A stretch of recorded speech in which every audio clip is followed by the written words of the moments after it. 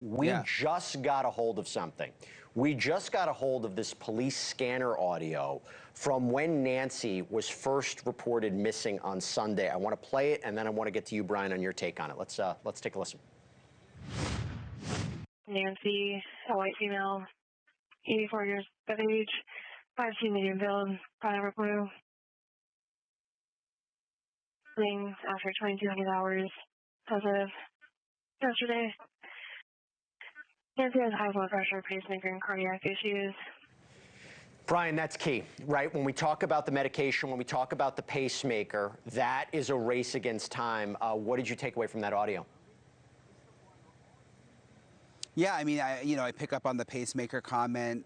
We've reported that she has the pacemaker, that it connected to the Apple Watch, that the Apple Watch was charging, and that the last time the pacemaker connected to the Apple Watch was around 2 a.m., which is presumably around the time she was kidnapped, because that's why it stopped connecting to the Apple Watch. So that's kind of what I was thinking about when I was listening to it. But yeah, it's key just because she's an 84-year-old woman who needs her medication. And I think that's one of the reasons it's sort of a race against time here. As more time passes and she doesn't have the medicine, the outcome looks more and more grim. Brian, what do we know about these ransom notes? One to TMZ, one to a local station, I believe, in Arizona. What can you tell us about those? Yeah, so it was an email to TMZ, Jesse. There was apparently some specific information in the note about what they claimed that Nancy Guthrie was wearing when she was kidnapped, and also some specific details from inside the house, and then a very specific amount that they were requesting money-wise.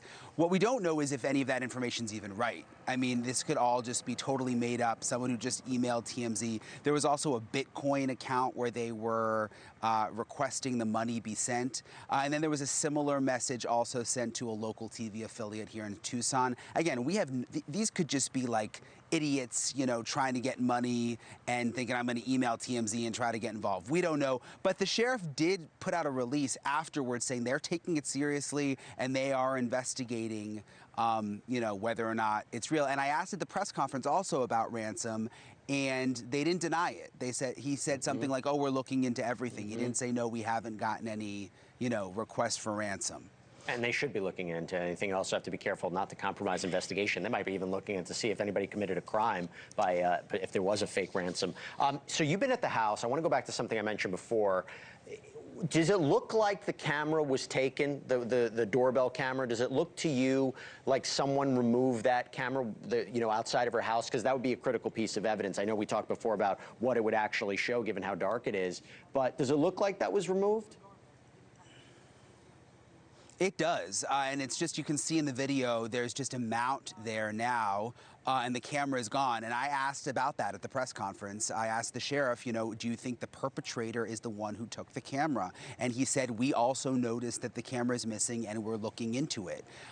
So it's very strange that the camera is missing.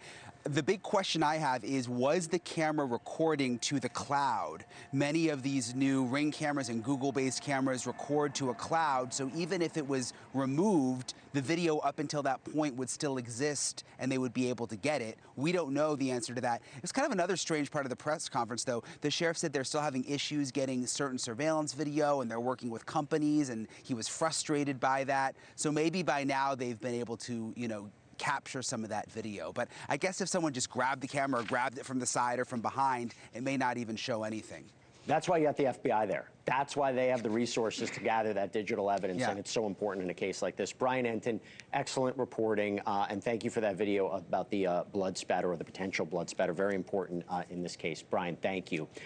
As we've been talking about, the 48 hours after a kidnapping are absolutely critical, because they're investigators' best chance to follow up on leads while events are still fresh in witnesses' minds. The problem here, which is why it's very concerning right now, is we are way past that 48-hour mark, and time is especially important in this case because of Nancy Guthrie's vital need for medication. So what are investigators doing to find her as the clock keeps counting down?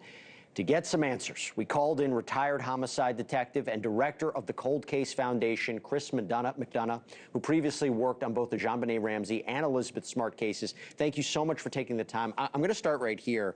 I am wondering if this was professional. You know, there's an idea here, we talk about whether it was targeted. It's indicated before that there's no danger to the public. But you're talking about potentially taking, right, the camera, not leaving, as far as we can see, any kind of forensic evidence behind to identify a suspect. There was no tire tracks. There was no footprints. We can't find her. Do you think that this was a sophisticated crime? You know, Jesse, first of all, I think what the investigators are going to focus on to answer that particular question is what they call the victim risk continuum. And what I mean by that is if you take the letter L, for an example, and on this side, look at environment, situation, circumstance, and then low, medium, and high risk. What's the environment here? She's at her house.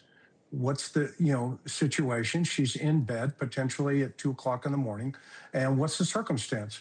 This is an 84-year-old woman who has disappeared from that house. Are those activities, are they low, medium, or high-risk activities? Everything goes to that low side. So there's a higher probability then, statistically, that the lower the victim risk level associated to the crime, the higher probability that the offender there was a pre-association between the victim and the offender. And so that's where they're going to, put those efforts in relationship to that. And, I can explain a little bit more, a little bit deeper as we go on here about that. Thank you for watching. Subscribe below and download our NewsNation app right now on your phone, and you will get fact-based, unbiased news for all Americans.